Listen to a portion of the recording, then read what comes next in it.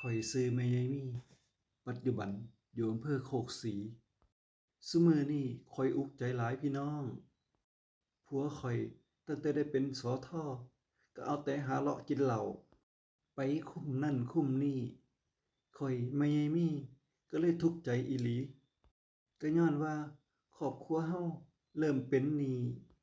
ข้อยมีลูกชายผู้หนึ่งชื่อว่าคำศรีตอนนี้เป็นทหารอยู่ปัตตานีคำศรีสบายดีตอนนี้โรงเรียนบ้านนาจารย์เป็นโรงเรียนดีผอ.เพิ่นก็รูปหล่ออีหลีครูสาวโรงเรียนเพิ่นชื่อสมศรีมื้อนี้ขี่มอเตอร์ไซค์มาอย่างดี